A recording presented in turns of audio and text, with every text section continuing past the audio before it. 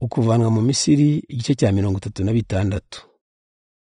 None rero Besaleli na Holiyabu bazakora ibyagenewe ihema ry'Uhoraho nk'uko yabitegetse, bazafashwe n'abandi bahanga b'abanyabukorikori bose Uhoraho yahaye ubuhanga bwo kubikora. Abantu bazana impano. Musa ahamagara Besaleli na Holiyabu n'abandi Uhoraho yahaye ubuhanga bari babyitabiriye, batangira iyo mirimo. Musa abaha ibikoresho byose Abisiraheli bari batanze byo gukoresha ihema. Ariko buri gitondo abantu bakomeje kuzana ibindi bikoresho, babiha Musa amaturo y'ubushake, kugeza ubwo abahanga bakoraga iby'ihema bagiye kumubwira bati, abantu bazanye ibikoresho bisazi bikenewe kugira ngo dukore ibyo Uhoraho yategetse. Musa ategeka gutangaza mu nkambi yose ko abagabo n'abagore badakomeza kuzana umusanzu wo gukoresha ihema, nuko barekeraho kuwuzana. Bari batanze ibirenze ibikenewe kugira ngo imirimo yagombaga gukorwa irangire. Ihema ry'Imana. Abahanga bashinzwe gukora ihema badoze imyenda 10 iboshywe mu budodo bw'umweru bukaraze, no mu bw'isine, no mu bw'umuhemba, no mu bw'umutuku, bafumaho abakerubi.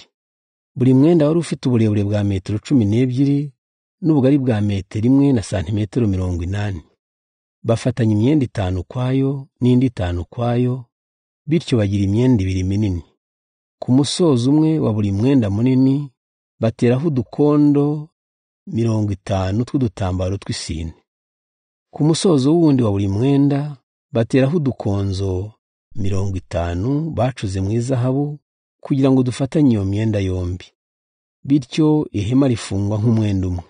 Hanyuma baboha mu bwoya bw'ihene imyenda 11 yo gusakara iryo hema.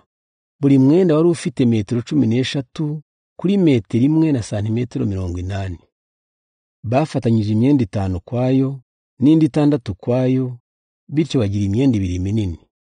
Bashyira udukondo 50 ku musozo umwe wa buri mwenda munini. Bacura mu muringo udukonzo 50 two gufatanya iyo myenda kugira ngo ihema rifatane. Bafatanya impu z'intama zizigishijwe ibara ry'umutuku, bafatanya n'izindi mpu z'agaciro zo gusakaza ihema. Babaza mu mbaho z'iminyinya ibizingiti by'ihema. Buri kizingiti cyari gifite uburebure bwa metero 4 n'ubugari bwa santimetero 66, bagishyiraho amaguru 2. Babaza ibizingiti 20 byo gushyira mu ruhande rw'amajyepfo, kandi bacura mu ifeza ibirenge 40 byo gushingamo ibyo bizingiti, kugira ngo buri kizingiti kizashingwe mu birenge 2 bikurikije amaguru yacyo.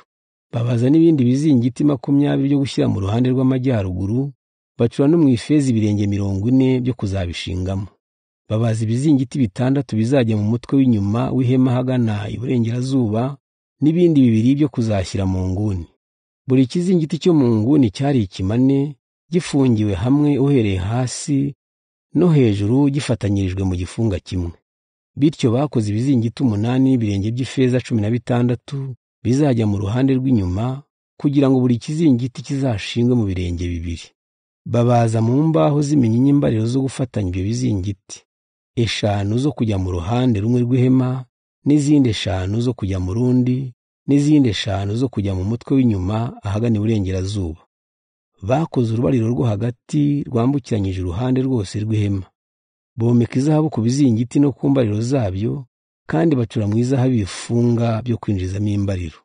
Abahanga mu kudoda baboha umwenda mu budodo bw'isine n'ubw'umuhemba, n'ubw'umutuku n'ubw'umweru bukaraze, babufumaho abakerubi.